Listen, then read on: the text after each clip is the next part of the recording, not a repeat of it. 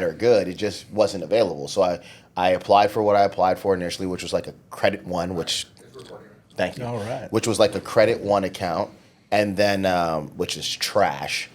Don't ever get Credit One, because they're just going to charge you fees even if you don't use your card, because that's what they I feel like they're predatory because they go with the person with the lower score that's going to take whatever they can get, and then they charge them for the rest of their life, because they know if they cancel the card or they stop using it and it gets charged off, it's going to be negative. So they're going to keep paying the fees. Then I got a Capital One, and shout out to the Credit Ninja. What cam am I looking into? This one. Shout out to the Credit Ninja. She was like, listen, I'm going to tell you what she straight up said. I met her in Vegas one day, and she was like, she looked at me, she's like, oh, you're a good-looking motherfucker. She's like, you're probably packing, too. She's like, what's your credit score? Right? I was like, who the fuck? Like, you know? And I was like, embarrassed. I had 2 really shitty credit cards, and I had already tried to go through this funding grow shit. And she was like, nah, you need to come with me. They call me the Credit Ninja. I'm the credit coach, yada, yada, yada. And honestly, I just bought her shit. I won't say how much I paid, but it was the right price. And she was like, I'm not cheap, so don't expect cheap. You want results? I'm going to get you results. Put me on her system, which was like, do what I say, apply for this, take this off, open these accounts, right? And I went from like 600, 590, 625, like Experian, Equifax, TransUnion, to like Experian, Equifax, TransUnion, 850. Yeah.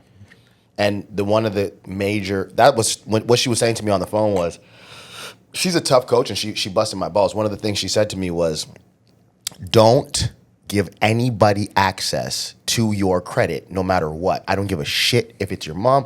This is what she told me. I don't care if it's your mom, your brother, your uncle, your cousin. I don't care. Your wife, your kids. I don't give a shit. If you give your kid a credit card, turn on every notification. So every time they spend, you see. Mm-hmm. And so I made the mistake of starting that collaborative business with a 10-year friend of mine, which I didn't expect to just go off on a tangent and start buying plane tickets to whatever, and just using it for and then next thing you know, I had $20,000 in charges racked up, and a friend dodging my phone calls going, well, I told you, and I was like, so when I called her and was like, what do I do? Because I'm looking at my Experian, TransUnion, Equifax, and they now say 608, 619, and 599 again, like what the fuck? She was like, you have no choice, you have to spend it. And then you have to call Amex and rectify that relationship, because there's things that they can do for you. So I actually did all that, called them, scores already going back up through the roof. Yeah. But I didn't know how to handle that because I had never been through that before. And so as a credit, that was a long ass answer to what is a credit coach. She literally coaches me like, do this, call them, say that, ask for this person in this department, get a reconsideration, have them do an evaluation, send them these documents, give them these LLC numbers, give them, like, it was crazy. I didn't even know that you could do that, by the way. Oh yeah. Yeah. Like I didn't have the experience to, and like I said, like now she's got me applying for like $1 million corporate lines of credit and stuff like that. Stuff I didn't even know existed. So it doesn't even matter what you know, it matters who you know. Like you said earlier, I can't fly it. So this is Richard Shelton. I'm looking at this camera. Richard Shelton. Right. Guys, welcome to the Loaded Conversation. You just got in on the Loaded Conversation. We made it really organic this time. Don't ask me what I mean by this time, but we're going to take some more pictures. So I had the opportunity to meet you in person last week. Yes. And I've been following you in a non-creepy way on social media for sometimes it was creepy. In a non-creepy way on social media for quite a while. So let the people know who you are and what you do.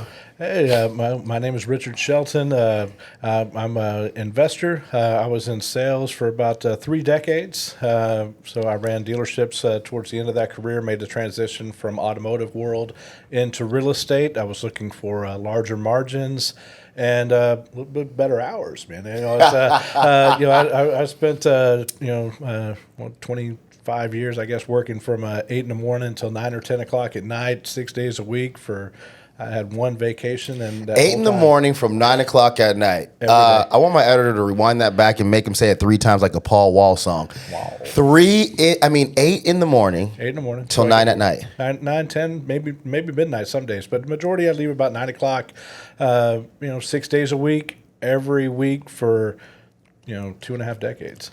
Yeah. 2.5 decades, 25 I have years. one 7-day vacation. I went to Jamaica. Yeah. That was pretty cool. Jerk chicken was good? Yeah, the jerk chicken was good.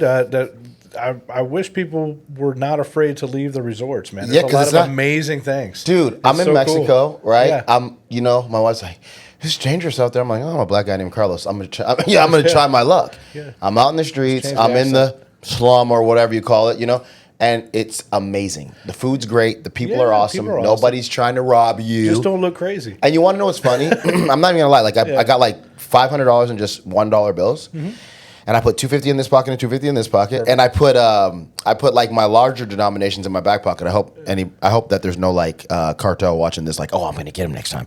But like, I would, everywhere we went. So I remember the kids would run up to us. Yeah. And I had like a Live Strong bracelet, like a Lance Armstrong bracelet at the time, and your bracelet. I just take it off and give it to them. Reach in my pocket, give them $4 or $5. And I remember my taxi driver that vacation was like, "Don't do that." And I was like, "Why?" He was like, "Because they'll see that you're doing it. They'll tell their buddies, and they'll all show up." And I'm like, "Well, they'll get it. I'll be able to serve about 30 of them." You know what I mean? Because I'm gonna do it, and we had no trouble. And I guess it just depends on who you are and what your real nature of the energy that you really have. The vibe you're bringing. Man. Yeah, You look suspicious, they're gonna come at you, man. I've never had any issues. I think that's in life, though. all over Mexico, Canada, and any place I've ever gone, Jamaica. I've never ran into any problems. People would always tell me you're gonna have these issues. Tell me a little bit about this Sugarland deal, because you're in Corpus Christi, but you come down to Houston today. Thank God that we got to get you back in the studio, because it was already happening anyway. But tell me a little bit about what you got going on with this land development deal. Okay, well, I'm working on a land development deal. It's going to be a flying community. It's 344 acres. The developers are in Sugarland, so that brought me back up here. So I had a great meeting with them today. Gave me a lot of insight of how to get this project to the next phase. Okay.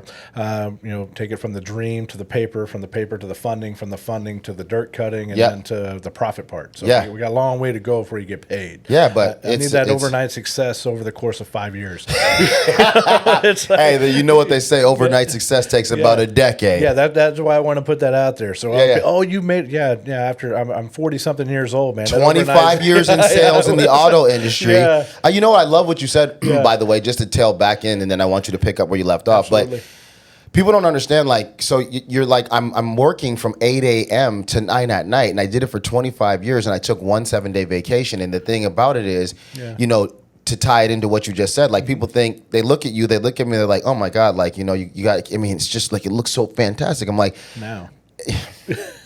because, it's just like the development that you're working on. Yeah. You broke ground. Yeah. But wait, first you had the dream, then the dream went on paper, then you broke ground. That's the plan. We haven't even broke ground yet. So this won't even develop out. Probably, I won't see profit for this overnight success until probably about 5 years. Yeah. Okay. Yeah. And then and so you need to understand that you need to be the job. You can't sow what you didn't reap. You got to go out there. You got to sow. You got to sow, man. You got to put the seeds. So let the seeds get out there. So we're working on projects now that are going to pay us in 5 years, 10 years, 20 years, and I'm living off of the projects that I put in the past. What would you say about the long game? Like, what would you say to somebody? Because I get, like, I had a call last night where a guy was like, man, I watch all your stuff. It's incredible. Kind of what I just said to you. And I said, man, thank you. I appreciate that. And he said, what can I do? I'm just going to tell you honestly what happened. He said, what can I do I want to learn from you and I want to add value to you. I said, well, let me be honest with you. The only way you can actually add value to me at this very present moment in time is either to give me money or to come into my organization and make, thank you. You finished the sentence. And make, because here's the thing about it. We all have this false, I want to add value statement that we make. Correct. But when the opportunity comes to actually add value, you get to see a person's real, true character. What would you say to somebody that comes to you and says, how can you add value to me? Because I told you what I say. And then what do you look for, like, as far as character-wise, to whether you decide to give that person some of your time? Yeah, I mean, character, you really, people are trained to put on a show. So their character, I'm not going to figure out until that till That it's work? tested. Yeah. Till it's tested. Yeah.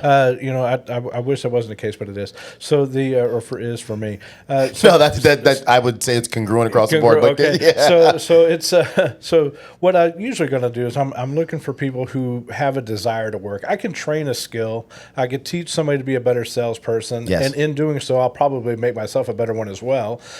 So everything I'm teaching them to do, I'm getting a little bit better at while I'm teaching them. So in that way, they're adding value to myself because Yes. it's helping me improve. And If they really do the work. If they do the work. So really, I'm just looking for somebody who has the desire to get to their next level. And everybody has a different next level. Like the people I'm meeting with now have hundreds of millions of dollars. Okay, their next level is to be. Okay, they want to get to the billion. But my little project, is massive to me and relatively small to them. It's about a $300 million project, but to them, they're like, well, that's nice. Yeah. Well, you're talking about hedge fund, right? Like guys that have money, that have money. I'm bringing up to this. They're bringing me up to here, and I'm looking for somebody who's eager that wants to work. I can't change work ethic in somebody very easily, but I can develop skills. I can help refine existing skills. So I'm looking for somebody who wants to do the work, and then we'll fill in the blanks. And then I hope that whenever we part our own ways, they go to somebody else who can bring them to their next level. Whenever I have conversations like this, I'm literally looking to like listen and learn simultaneously. And I guess one of the things that I want to learn from you is, especially with 25 years of experience in the auto industry, identifying with the fact that you want more free time and you want to make more money. And that's not a crime, by the way. How do you define when you're going to grow, how you're going to grow, and who you're going to grow with? Because obviously with this particular project that you are taking on, you're deciding to grow with some people. Correct. And there's probably going to be some people that by default are going to get a little bit less Richard. Correct. And, how do you make those decisions when it comes to making, decisions for bigger business ventures? Yeah, I mean, I think the biggest thing for me is I can't give from an empty cup. So I need to do what's best for the company itself, and I would be that company. I have to be able to provide for more people. So if it's going to allow me the opportunity to provide for more people and help the community better and grow the community, then I'm going to attract the right people around me. For instance, like this meeting, this was something I had basically been daydreaming with another guy, and then doing my primary business, he had bought some properties from me. He said, hey, what else do you, well, I'm working on this other project. We're kind of oh man, I got a guy. Let me connect you with these people. So went from a connection-based, he was actually a customer client, I guess. Said now we're partnering up to go this other venture. So, for me, I have to pick the projects that are going to help, my family, going to help my community, and be at the benefit of my companies and the benefit of my partners in those companies. And if we can all grow, or the ones who want to grow are interested in growing, because some of them are wanting to go a different direction in life. They got their money, they want to chill. They don't, they're ready to go on. They're ready to go to Aspen. They're not ready to go embark on a 72-hour work week again. And then, but other people are, they're like, well, I wasn't until you told me this. I'm in. Because I think the entrepreneur in all of us dreams of freedom, but has a slight addiction to the work. You are, man. You got to go after it, man. You can't walk away from the work. I was watching this Forrest Whitaker show called The Godfather of Harlem, right? Okay. And man, I got so sucked into it because I was like, man, in those times in the 50s and 60s, there was so much integration and segregation, and black people that love white people and white people that love black people, and so much political greasing of palms, and right. That's always. And he said, drug dealers are addicted, to selling drugs the same way that addicts are addicted to the product itself. Correct.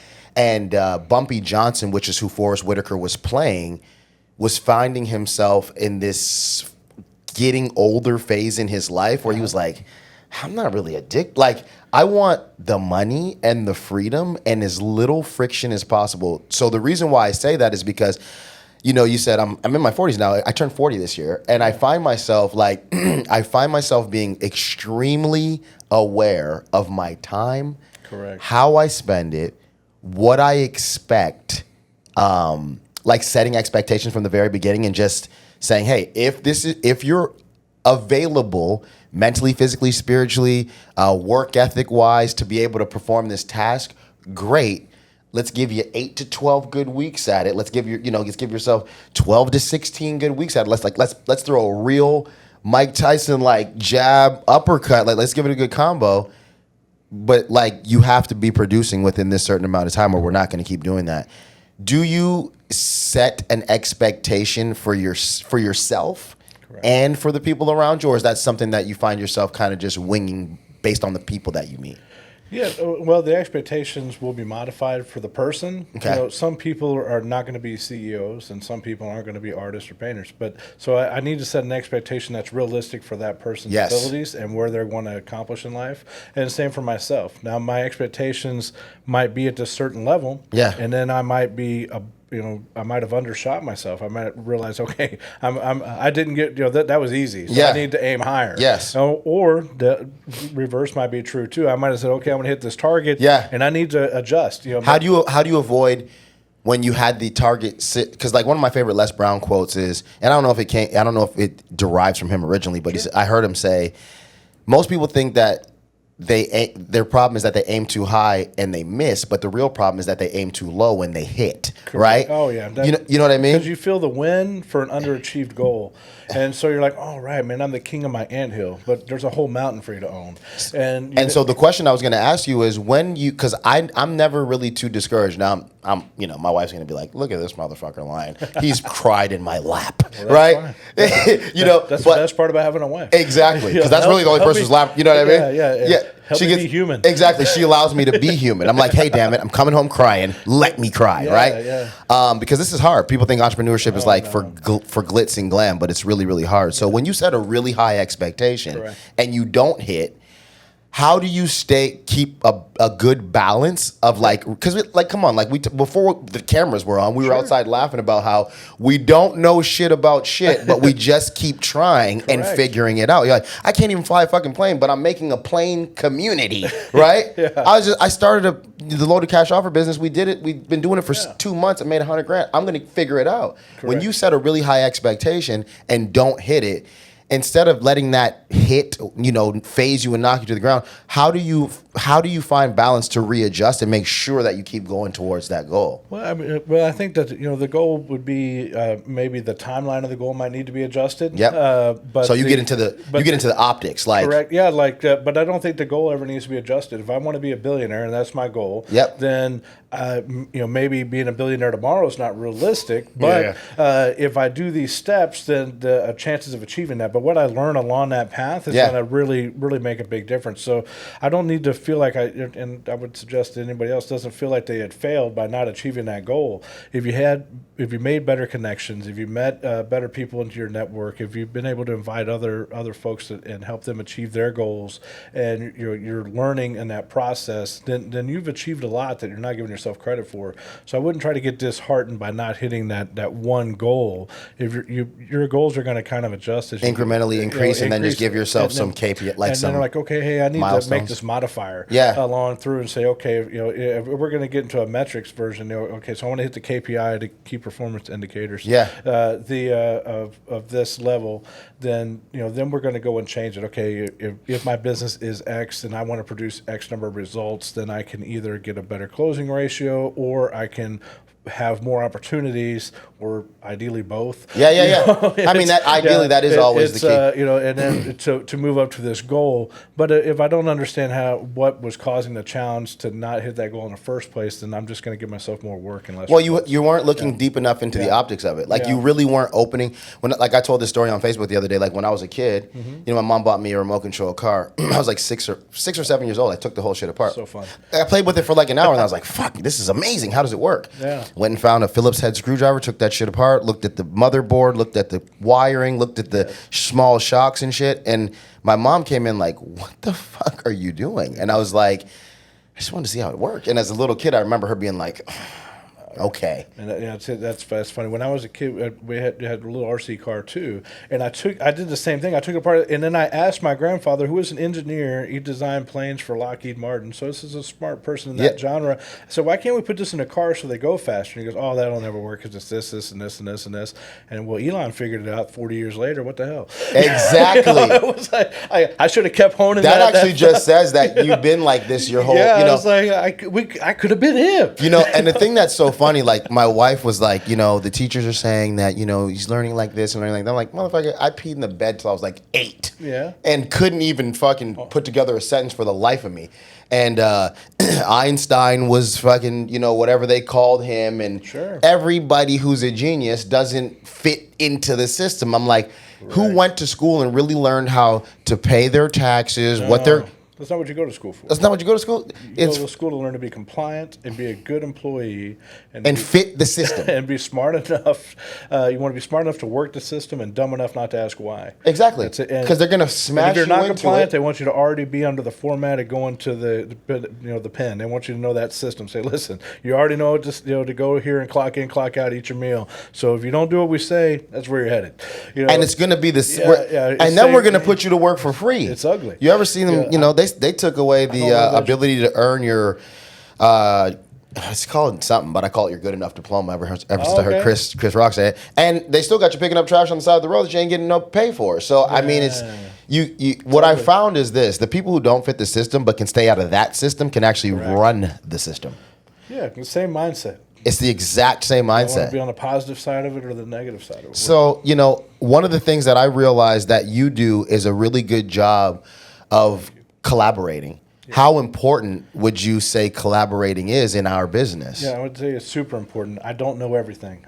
You might, but I don't. So I need to be around people. I definitely don't. So I'm going to call you for some shit that I don't know after this. I make a super, a very, to my own expense, I'll put up meetings, not necessarily because I want to share everything I know, which I do, but I want to invite others to come and talk so I can learn as well. So I create a scenario where that's option. I give myself enough visibility to attract like-minded people to learn what they're doing that's working and to learn what they're doing that's not working. So I can not waste energy on the negative things that aren't achieving the goal and can focus my energy on the things that are. So networking is super important. The result of the meeting this morning was on a connection that was made from doing my job. Yeah. And then and actually helping which is actually my competition, I guess. His acquisitions manager. I'm like, hey, why don't we try these things? And he's like, well, yeah, but you're just going to teach me for free. I'm like, listen, bro, like. You want to know what's funny? I'm big enough to not worry about you. You want to know what's funny that you just said, and it's funny because I watched the light bulb go off in your head. You're like, who is my competition, I guess. But here's the thing about it. Yeah. This is what I realized. This is like a true lesson of my life. Yeah. Competition, unless you're like in a sport, doesn't actually exist. Because in business, there's so much of, if you have an abundance mindset, you realize, and I'll tell you like the dark truth, like you realize that there's enough of everything for everybody. But I used to feel like almost entitled because I'm like, man, I work so fucking hard. Nobody would tell me anything, right? And I've had to like waste money and blah, blah, just to learn what I know now. And then I didn't want to give anything away, right? So then this is what I thought when I changed my mindset. I'm like, well, I'm complaining because nobody taught me anything and yada, yada, yada. So I'm becoming a part of the problem. Correct. Here's another thing. Here's a byproduct of that thought. I also realized that you could fucking bring 1 million people to the water. That ain't gonna work.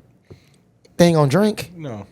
I could literally sit down somebody that calls me today and say, man, I want to know everything that you know, and I'm gonna work so hard, and I'm gonna make all this money, and we're gonna make it together, I'm gonna split it with you. And then when I get them there and I tell them everything that has to be done, they ain't even gonna call me back. I've had people pay me that wouldn't just show up, they'd say, here, I'll give you 10 G's to teach me what to do. Cool. Here's your money. All right, show up on this day, let's get to work. I don't think this is for me. Okay. No refunds. Because dude, I've not only experienced that, I've had people pay me 10, 20, even 30 grand. I'm not making this up. And then they go, because I'm not like, we're going to set a date. I'm going to probably give you, like one trade-off date or like one emergency. But once I see that you're like wasting time and that 10, 20, 30 G's is just going to have you latched on to me to say, remember last November in 2019? No, just take that shit back. There you go. I don't need it. It's you're paying for my time, really. So if you're not taking my time, then you're giving me my freedom back. And so it's, But stop calling me. Yeah, but yeah, they're super important, man. Having those networks are incredibly important. They're going to help connect you with the right people. They're going to know people. They're going to help you fill in the void. You need, to kind of quote Grant Cardone, if they don't know you, they can't flow you. So the more people that know what you do and who you are and what you're about, and they're going to connect you with other people that need you, or they feel confident. It's going to extremely increase your availability for view. Which I said on the one show that I was doing with these guys, I said, hey man, soap goes in this hand. This hand don't automatically get clean. They got to come together, baby. It's just got to be like that, Yeah, and in collaboration, I've never had any issues. The competition in my space of hundreds of contracts, maybe 3 or 4 have I ever been a direct competition with somebody on the same property. So there's a huge I've let stuff go. Like if it's like, a few grand, I'm just like, it's okay. Like I don't even want to argue today.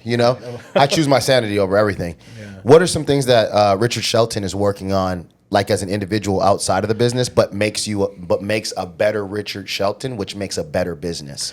Okay. Now, one thing coming into that is trying to regain the health aspect of life. Yeah. So it's something I know is super important to you, Very. which is inspirational. Because I go and I look at it and I see you're super fit. Yeah. Facebook reminds me when I used to be fit. Yeah. And then it says, sir. Sir. Now you're we're having to take selfies in panoramic. We got a problem, okay? Sir. So and that which is the blessing and curse of Facebook. It says not that long ago, 6 years ago, you were doing a lot of powerlifting things, a lot of competitions and OCRs and all this stuff. And that ain't today, So in an effort for those things, I think really getting the health right, because I'm not spending the time. Yep. And allotting time, setting the expectation for yourself is just important as setting it for the business or anybody else. It's got to. And for a while, when I was trying to build the business, that wasn't the priority. It was like, well, I'll go to the gym tomorrow. When I started the business, even though I was working 80 hours a week, I was still at the gym at 06, and now I go to work at 8. So that was just a routine. But that's what made you successful in that industry. Yeah, I don't care what anybody says. Your health is directly correlated with your success. Yeah, and then also, I don't care what anybody says. When you look a certain aesthetic, people give you a certain level of respect. When I'm throwing 315 over my head and you have a different physique, then now I look at it like that's gonna hurt. It's But I'm glad that you said that, because a lot of people. So like. Actually, I'm wearing the necklace of my grandmother today. God rest her soul. She passed away from diabetic cardiac arrest. Oh, no, she raised me. I have her tattoo right here over my heart, and I have like this, sensitive side of me because I was raised by women, but I got all of the good game, like from my grandma and from my mom and from my aunties. And I remember when my grandma was in the hospital and she was choosing to die. Like they were like, you have a stent. We have to amputate the leg. We have to take the main vein, plug it in. Da, da, da. She's like, stop right there. I'm not doing the shit. And we were just like, we were like, I'm in the room. My brother's in the room. He's 10 years old. He's like, what the like? We had to get the doctors out and just be like, yo, like, what are you talking about? You have to have one leg. And when I think about it, like in my later life, I'm like, what a piece of I'm like really I love my grandma, so obviously wanted her to stay around. Correct. But what about the quality of her life? And the abilities that she had in cooking for the food for the family and getting the Christmas again. And by the way, my grandma passed away, a lot in our family dynamic changed. And so I feel like when she passed away, I inherited her spirit because I want to be able to have the big house, to invite the family out, to have the dinners. And so when that happened, I got that book, Scared of Success, to turn trauma into triumph, coming out in October. And I think a lot of my traumas led to me having an obsessive mindset about certain things in health. I was like the doctor, after we all were out in the hallway, the doctor was like, you're looking at yourself in 50 years. And I was like, is he a piece of shit or is he a really good person? Because is this the right time for this shit? Right? True. And I was like, both can be true. I'm living proof. But I was just like, damn. And I'll never forget, because I was extremely overweight. You've seen my before pictures. I was close to 300 pounds. I'm not tall. You've seen pictures of us side by side. I'm not tall.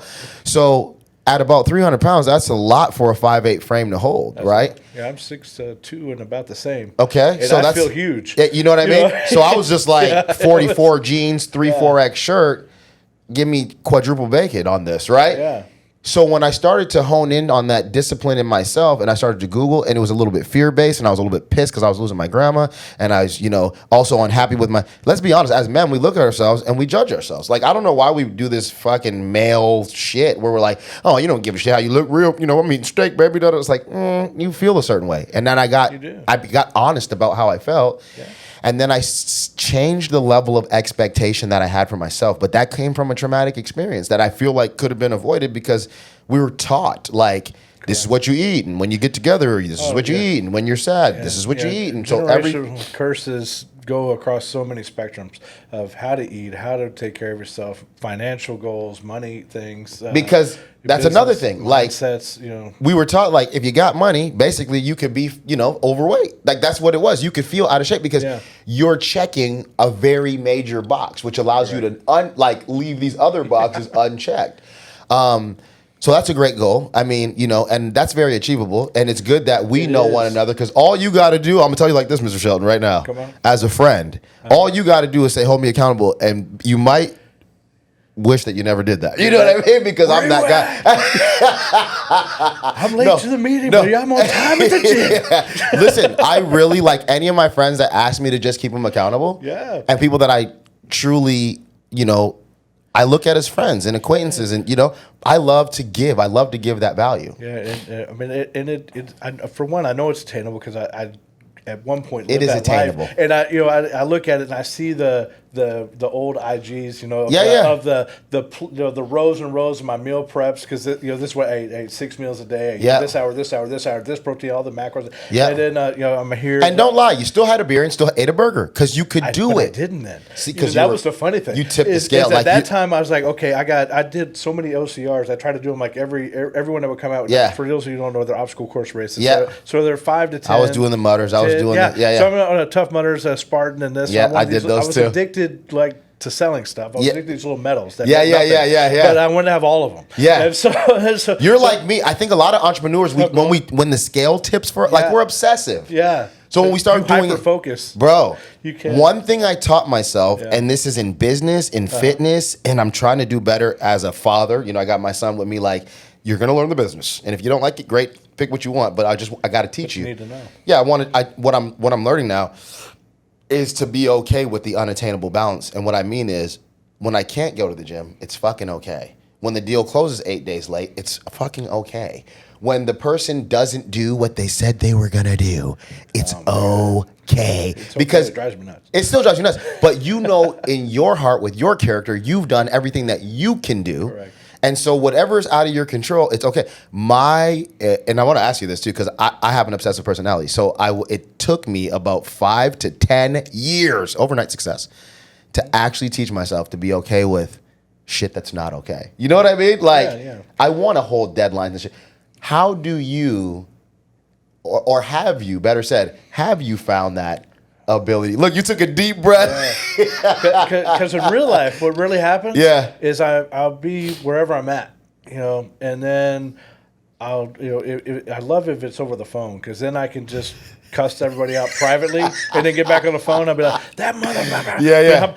All right, guys, man, here's what we're going to do. And then the tone changed, and they're like, who's that voice? So that's the voice that means we're going to a better character of person. The natural character will kick your ass. Yes. I understand. So really, that's usually what in real life happens. I throw a temper tantrum in private and go right back to business afterwards. Man, I'm so glad you're honest about that. Because the goal is that the goal doesn't change. I have to achieve the goal. So throwing a temper tantrum and making enemies is not going to achieve the goal at all. But I'm still a human that has emotions, and I gotta honor those for a temporary moment, and then pull myself back into check. So what I said was, I remember I was having a conversation. It might even been with Miguel. I was like, look, or I think it was with Jesus. I was like, look, in life there's good and bad, light and dark, evil, whatever you want.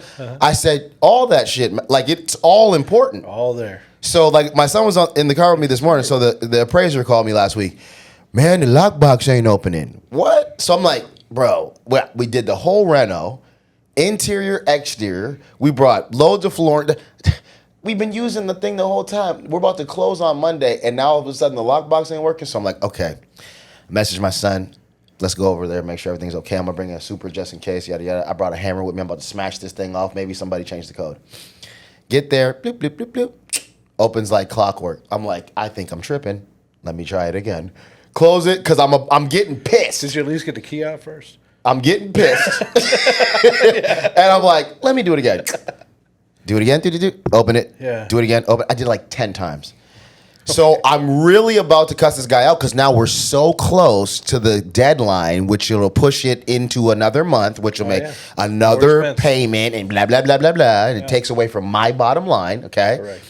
And I'm starting to get pissed, and I can feel it. And not only that, Rich, I walked the house, and I just realized the contractor put the deadbolt and the door handle door on the garage, the other side, didn't and I'm like, dude, this is for the front door. You thought I bought a handle and a deadbolt just so you could use the handle? You think I spent an extra $17.28 just for nothing? Yeah. He's like, oh, no, it's no problem. So I'm like, I hang up the phone with everybody, and I'm just like, I said, my son, I was like, I have so many people to cuss out right now. Just give me a second.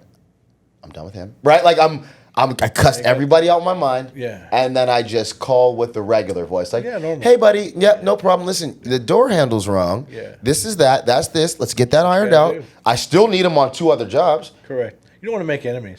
He's my best guy. But you gotta you're still gotta go through the emotions. The motions. And then to go to your point earlier, I mean that polarity is different. You know, when you have that contrast of the dark and the happy. I mean, I can't appreciate how awesome somebody does their job if somebody didn't screw the fuck up or something. I said that to my wife last night. I was like, you can't even appreciate sunny days if you don't see rain. Yeah, I don't. You know, so you just gotta learn how to make the best of both of them. You know. So I remember last time you and I were talking about some of the multifaceted things that you're involved in. Tell me about how you got into the Airbnb business and how it's been. Oh, yeah, okay. So I got into the Airbnb business mostly because the economy changed. And then, so my Due to necessity? Yeah. So it wasn't selling. So I was like, well, I don't want to keep paying for it because I like my money in my pocket, not in other people's pockets. Yeah. So, and that particular, the first Airbnb that I had was, it was expensive. It was like a $6,000 a month payment. Yeah. So I'm like, well, that's a lot of money to just give away. Yeah. So let me do something about that. So I'm like, well, let me stage the house instead, which the house wasn't staged, which was not a good choice probably, but nonetheless it wasn't. I stage them all now. I'm not even gonna lie to you. Most of them are staged. This is unless a big they're 200, 250K, then I'm like, they can afford that. It's a big old house, 4,000 square feet or something. Anyway, so I was like, all right, fine. So then I'm like, well, how much to stage it? And the guy's like, oh, it'll be X and X dollars. I'm like, man, I can go buy that much furniture for not much more. So then I run over to the store. How much? Well, it'll be 20 grand. Okay, cool. Yeah. Now it's done. Now you own furniture. Now it's done. Now I was like, well, I got another Airbnb, which I bought with the intent of making an Airbnb. Yeah. And so I'm like, well, I'll sell this one, then that one will go. But hey, man, in the interim, let me just make this an Airbnb. Yeah. So I fill out the paperwork and get the permit and all this stuff because the city's particular. And then so I was fortunate it coincidentally happened to be in the zone allowed. So that was super helpful. Thank man. Yeah, the when good Lord's looking when it works. Yeah. So I was like, okay, great. And then so I set up and now I'm like, well, how much do I charge for it? So Airbnb said its number and I'm like, that don't seem like enough. So I put it like $600 a day and then I'm like, oh shit, okay, cool, man. Well, we'll just keep it. And so then it's working out. I was like, okay, and then I don't have on the rentals. I mean, I'm grateful for the tenants that help me, provide all the things they do. That's awesome. But, when I have evictions, like, I had to do an eviction the other day, and it's an ugly eviction. They're going to keep fighting. And I'm like, that's when you get into polarity. Try to take the high road. He's somebody that I liked, and then it's never not somebody that you liked. It's that's not true. There's plenty of people I do business with I like, but But this guy, I liked the guy, and then I got to a point where I'm really helping him out, and then eventually.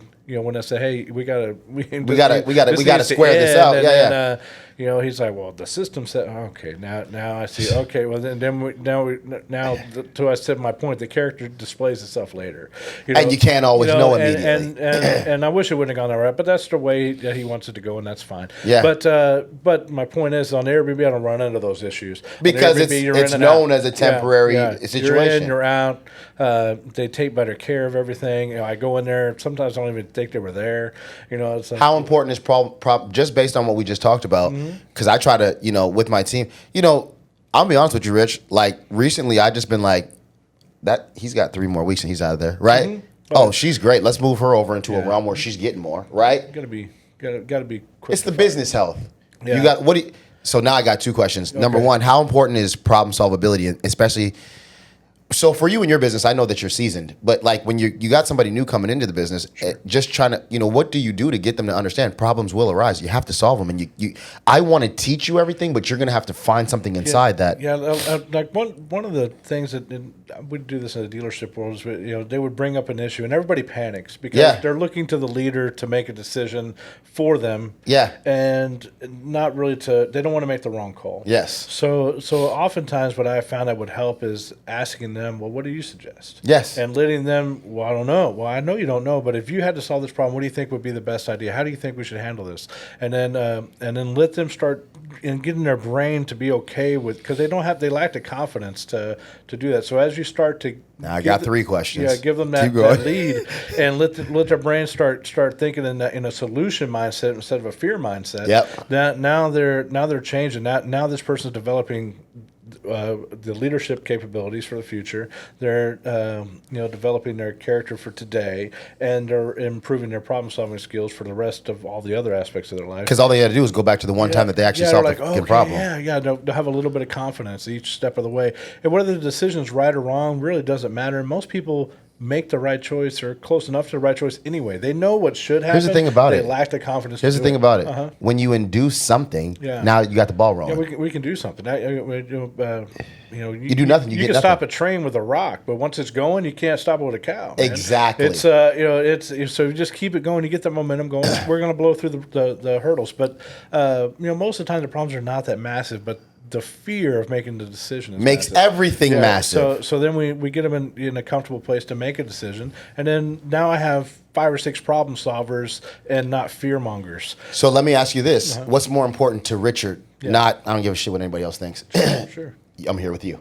Yeah. Okay. What's more important to you when you're looking for somebody that you want to work with? Sure. Confidence or competence? I think.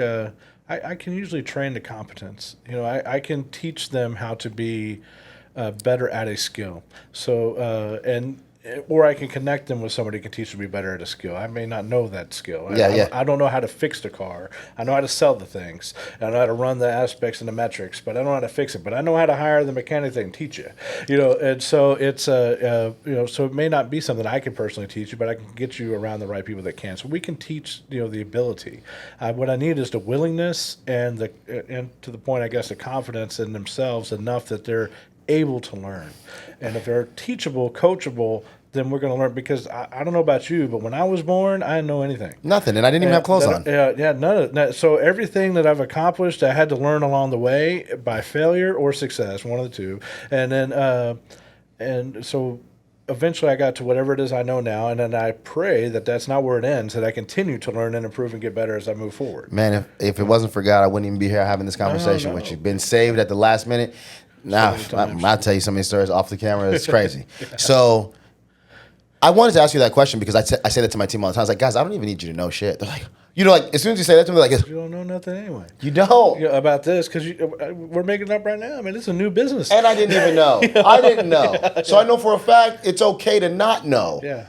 And, I was saying to my wife last night, like, I grew up in really adverse situations. Like, I grew, father was gone by the time I was 3 years old. And so what do? Be a better dad. Right. A lot of drinking and, drugging and shit. And so what do?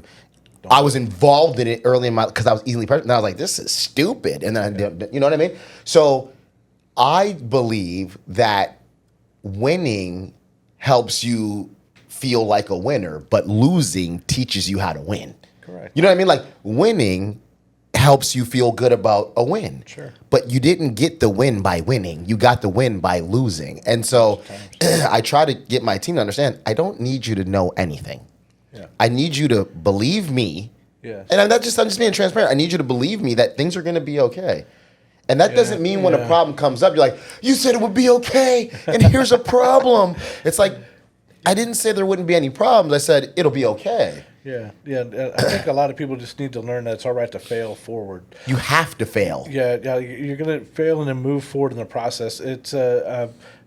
Going to the dealership world when people were terrified to make cold calls, and they're not even really cold calls; they're warm leads because they're existing client base. Yeah. Okay, but they were terrified to call them already. Yeah, and yeah. I said, listen, man, just make the phone calls. I said, you know what? I don't even care if you don't sell a car. Just call 20 people. Well, what am I supposed to say? Well, we're going to say this, we're going to do this, we're going to do that, and just let me know how it goes. And they're like, one of us said, whether you win or lose, even if you failed 100% and didn't get one deal, you still have a better skill set than you did when we started. So let's get out there and just keep calling, and That's eventually it. you're going to get better. You're going to talk to somebody that's going to suck. You're going to be horrible at it. Now we're telling you you're going to suck, and it's okay. Yeah. You know, what do you mean? I say it doesn't matter because right now you still ain't got shit. You know what I tell them, Rich? I say, how many times has somebody fucking cold called you? Yeah, so many, and Like they're terrible at it. And here, but there's the They thing don't about it. I don't They even know what call they're saying. me, hey, Pabs. I'm like, this is Carlos. They're like this. Okay, Paz. I'm like, you suck. Because now I'm judging. You know what I mean? Oh, yeah. I'm in the business so long. I'm like, you're not even lit. Like, did anybody teach you active listening skills? Like, all I do is try to get them to just like listen actively. Correct. The other day I got cold called. Did I tell you the story? So I just hired a new. Disposition guy, and I just hired another virtual assistant who does some of our lists. Right. And she called me. She goes, "Hey, Paz, I was calling about 123 Memory Lane just for address sake, right?" Sure. And I'm like, "This isn't Paz, and I don't live at 123 Memory Lane. As a matter of fact, everybody calls me for this Paz guy." She goes, "Wow, like I'm so sorry to hear that. Is that like a friend or a relative of yours, or do you just not know him?" And I'm like I wasn't even ready because I'm just so used to people just barreling through their script. Yeah. They're not actively listening, so. I have a whole conversation with her, have a good night, yada, yada, yada. I hang up the phone. My son's screaming in the bathtub. They're playing games, whatever. I walk into the bathroom. My wife's bathing my son. I'm like, I just had the best cold calling experience ever. And then I go back to watching Godfather of Harlem, and I like it hit me on the forehead. Yo, call her and see if you can hire her, right? Yeah, correct. So I call her back. I'm like, hey, I know this probably isn't your number, and I'm not like a poacher, but like, I don't know what you're making, yada, yada, yada. But this is my email address. If you are interested, shoot me an email later. She shot me an email, literally already booked me 2 appointments. This is like 2 weeks ago. Already booked me 2 great leads, warming the pipeline. I had an immaculate set of like active listening skills. And to your point, I can teach you anything, or I can get you in front of the right person that can teach you anything. Correct.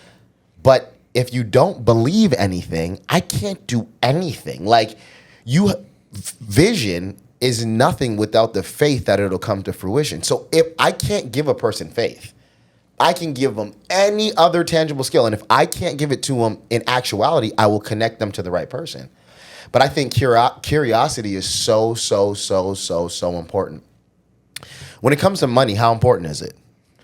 Man, money's pretty important, and it is the lube of the universe. It's You gotta, kill me with those, Yeah. man. The lube of the universe. You ain't getting in there with that. It is what it is. Yeah, I mean, you gotta grease the gears, man. Yeah. It's and money's going to make that happen. And even in on the legal aspect, everything is solved. The punitive damage is financial. Yeah. If somebody dies in a car wreck, they don't say they're sorry. They write them a $40 million check. Exactly. It's and I don't think that's right from a human standpoint, but bottom line is the world we live in. It makes it a little bit better, though. I mean, like if I'm it's- dealing with grief, but I got an extra I little. got some money. Hey, I can afford the therapy, I guess. But but I mean, the reality is the emphasis is on financials all the time. It is. So it's so is it important from a spiritual sense? Maybe not, but from a living in a tangible universe World? we live in, Yeah. Then yeah, it's imperative. We have to. Man, have even the funds to Bible make- says you need to get a little money. You know what I mean? Correct. They talk You about know, silver hey, and gold that- coins. You and know what I'm it's- saying? They it's got a- bronze one. They trading donkeys and coal and That's hay. it, man.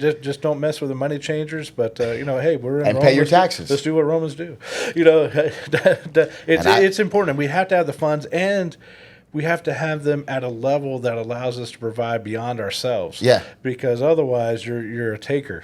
So instead Don't of, get me started. instead You know of what I mean? Don't get me You started. gotta have the abundance. I gotta and I don't know if you watch my stuff. But when I talk about what I'm looking to do, I'm trying to rebuild our communities, and I buy this. Okay, well, I'm now I got carpenters that are going to work, electricians that are going to work, plumbers, title companies, realtors. Just there's Bro, we're putting the world to work. 30-something people on this one transaction. We're putting the world of real estate to work. And so many people, even the people that don't like me, that like clearly say, I don't really like you. Okay, cool.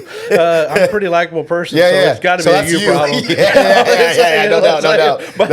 And then they'll laugh even at that. I will say that. Yeah. And then they're like, yeah, okay. And then, but those non-likers, by the way, are watching everything you do. Your views are higher because of the people that don't like you. And I know. So when I run the metrics for Facebook or whatever, I'm like, all right, man, I got 10,500 and something people here, and only 499 of you like my stuff on a regular basis. And where the rest of the 10 grand of y'all? Where y'all at? I wrote a post this morning. I was like, I have 416. I said I got 4,699 friends. Yeah.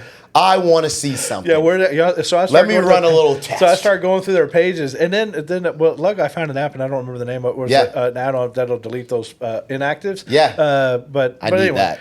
Send that to me after the show. It was helpful because that actually boosted the metrics on the others. Yeah, because your algorithm will actually get stimulated. To dead deals. Exactly. To dead Look, everything he thinks about is money. Dead deals. Money's not that important. Yeah, it is super important for the functionality of Earth. Man, that shit is functional for the outer realms. I don't know what happens. You can't even get out of Earth without money. Like we ain't getting to Mars without some dollars. Exactly. Okay? And right now they're trying to come up with a thing to block the sun. I guarantee you somebody's going to charge us for sun access. Oh 50 my years from now. God, that's how anything that's on the table. Like that's why I try to tell people. Bottled water, we already paying for water. Quit messing up the water I got. We wouldn't have to pay for it. But here's the thing about it: if you love war. There's probably a reason. You probably sell bullets and Band-Aids. I mean, I'm just saying. When stuff's profitable, people find ways to sell it. Find a way to do it. It's. Money is important. I mean, we have to balance it, but it's important. 25 years in the sale in the car space. Correct. And got in the real estate game 2019, 2020. 2018 was really when I first started doing I think my first wholesale was. April of 2018. What would you like to see better in the wholesale realm of things? I think education is really what I want to see in the wholesale space because I want there to be a consistency before there's oversight. And what'll end up happening is consistency before oversight. Because if you're not doing a good job of being transparent and honest with people, then eventually people with money are going to come and create litigation that's going to put you out of business. And basically what he said, guys, is one person's going to fuck it up for everybody else. When you tell me we got and some of them are, I try my best not to call too many of them out, like too ugly, but every once in a while I just, I'm a human. I get petty sometimes. So I get petty quite often. So if they send it to me, I'm going to ignore it. Yeah. But if they hound me on it, then I'm going to say, all right, man, you wanted me to look at it. Let me tell you what I found, and then I'm going to share it with my network, which is I'm not a million network. But the people you've got some pretty important I got a couple people there, man. So it's so I'll be like, listen, okay, your ARV is here. Well, here you go. Here's 3 active listings here that say this and this to the contrary. Then we got this here. Here's the sold listings. I'll break down the whole fucking deal. And then the repair cost. Well, here you go. Okay, you put $3,500 in repairs. Well, we know that's bullshit. It's $30,500. I can't paint the dirt for that. I can't mow the grass for $3,500 hardly. It's so anyway. So I'll break down the whole. Every line of their deal, and then I'll say, listen, and I won't usually put their name out there, but I will screenshot every and section say, this of it is what I got. Itemize it out like an attorney, and then say, listen, y'all need to stop doing this because you're going to make my job harder. For one, you're lying to people you can't close because you ain't got no damn money, and you can't sell the deal to anybody because the metrics are all off. And then so you go to somebody like me or in you my come market, to me with that bullshit, and I'm gonna tell you 5 real buyers that buy volume. Yeah, out of 500,000 people. Yes, there's like 4 or 5 of us that buy consistently every day. Yes, and so even if we don't like each other all the time, like we still know. Like it's I can still kick it to somebody that I can hate somebody. So and then if you're sending me this deal and it doesn't make sense, none of those other guys are going to buy this stupid shit either.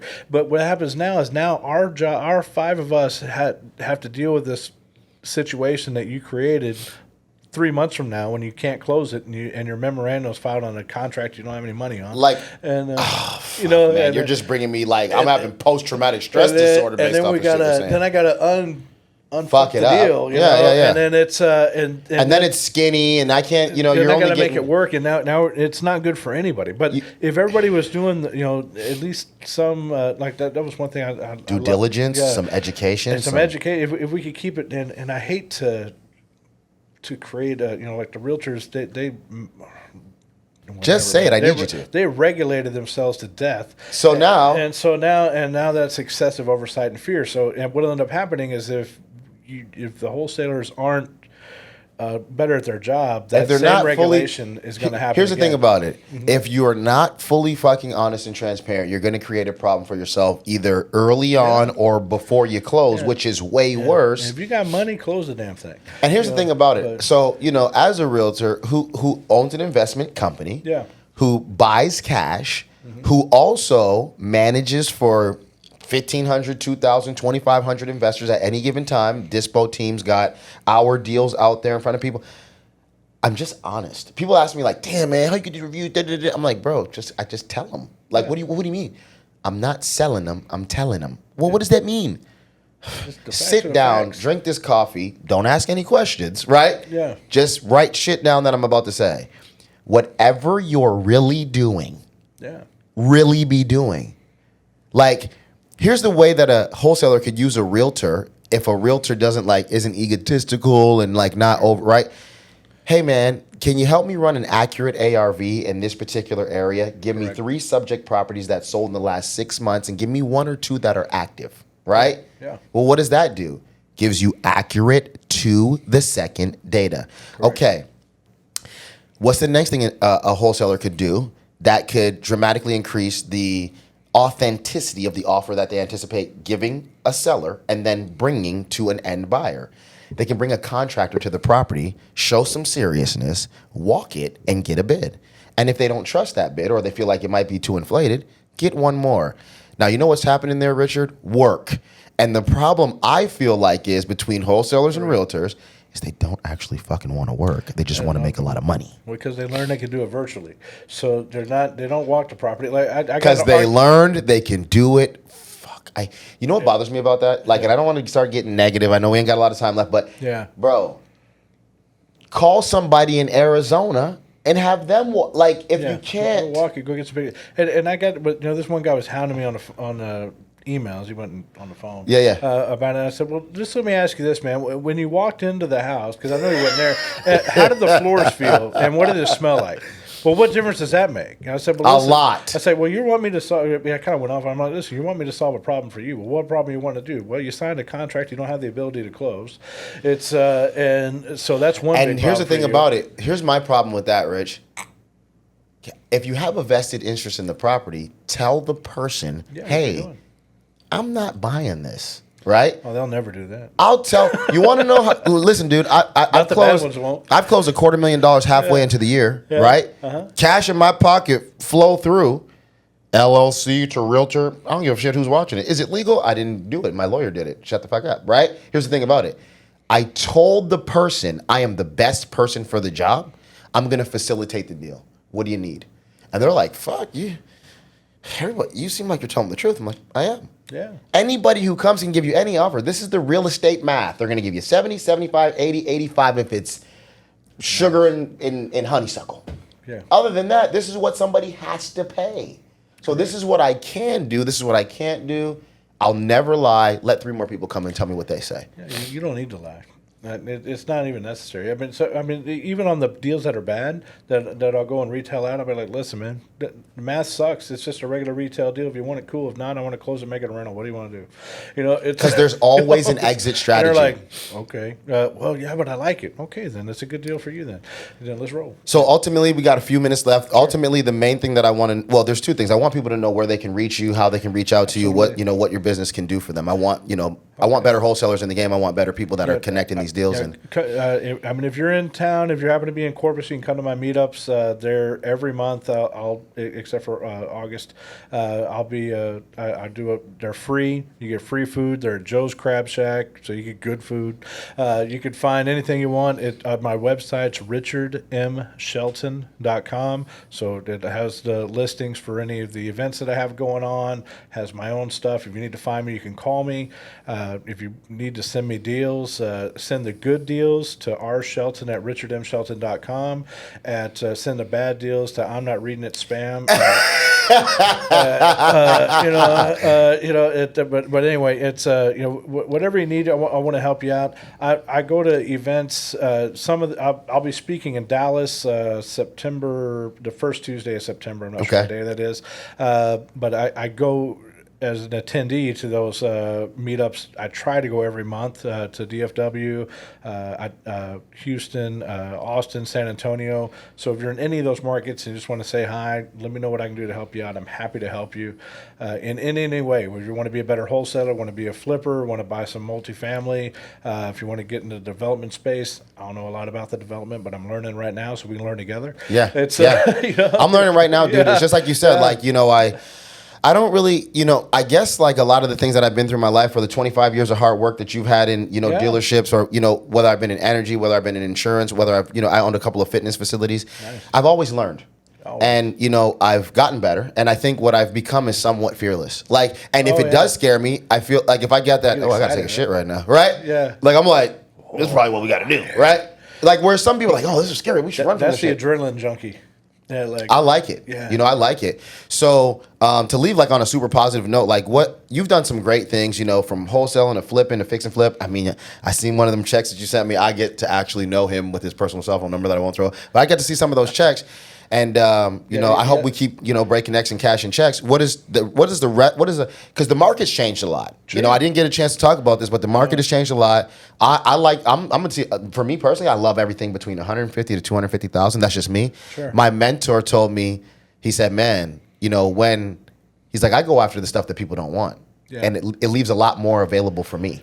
Correct. What does the rest of 2023 look like for RM Shelton? And then what are some of your next goals? Yeah, I mean, because I know I'm about to land a plane right up in the new facility, in the new development. I might have to buy a plane just. Yeah. Okay. Well, dude, I got to learn how to fly it, but. Well, and that's actually what got about my partner on that project. He's a pilot, retired Marine pilot, and. Young guy, actually, and he has a flight school, and he came to one of my meetups, and I was like, I want to learn how to do this. Yeah. The FAA said no because of a vision problem. Yeah, Might be a separate problem. But anyway, one of those other things we got to figure out. No, sir. Yeah. But in that connection, even though what I wanted to happen in that connection didn't happen, we ended up building. It ended up inciting the conversation that turned into this big project. Yeah. So it's so that goes back to those networks. But for the rest of it, I'm going to focus on that development for sure. Okay. We're going to continue to, of course, the acquisitions and disposition side of the regular real estate target. For us, I mean, I'm $300,000 or less is a sweet spot for what I want to sell quickly. Yep. And the reason I like that sweet spot is because it's rentable. If I can't sell it or it doesn't sell fast enough, there's a market. Rentable, sub-tuable. There's something I can do with it. Even if I got to wrap the damn thing, because it's I don't have another exit, but there's multiple options on the. But our biggest spreads historically have been on the 500 plus range because I have no competition. Nobody wants to buy $1 million property. Exactly. You don't have any competition. So when I flip those, they're $300,000-$400,000 hits. But you don't get many. But how many do I need, man? So my goal to bring the loaded agent team and the loaded cash offer business to collaborate with Richard M. Shelton is to get with you on some of that hard money that you're brokering. Yeah. I also I'm doing this richest realtor, richest investor mastermind. I'm going to be doing those monthly. Those are going to be virtual. Super awesome. I just want to add some value. I want to bring investor mindsets to realtors and get realtors to change their mind about investors and wholesalers. And hopefully we can help one another through one of my strategies right now that we're using a lot called Novation. And basically what that does is allows an investor to work with a realtor to get a house listed in a wholesale sense. Correct. Still make fix and flip money, but not have your debt to income ratio go up crazy high and just have an open, honest, transparent agreement. Those type of transactions are super helpful. They are. It's another exit in a way, it strategy. kind of gives me a little competition because I'll just close the damn thing and list it. Yeah. But it'd be nice to not be out of pocket. Well, dude, couple hundred a lot of grand them every couple days. I get us a good 150 days on. So like they don't even care. They're just like, I want that number. I want it by the end of the stack. And I'm like, okay, we'll make that shit happen. Yeah. And no matter- that helps fill in that gap on those deals that don't fit the 50 or 60 or 70% minus. That you can't do a traditional deal on. Or the person, they did a loan mod or they went through a divorce and and they took a fucking, a equity line of credit on. So now they owe more than actually makes sense, but they have retail meat on the bone. And you can get out of it. It's Quick. You can help them and it helped provide a lot of other opportunities. So yeah, that's super great. I'd love All right, to hear man. more Well, about that. thank you. I appreciate you. I'm glad that we got to do this again. Yeah. And definitely look forward to doing some collaborating with you in the future. And as always, I just appreciate your time, man. So Thank you cheers for having to me. snapping necks and catching All some right, jets. let's kill it. All right. All right. Thank you.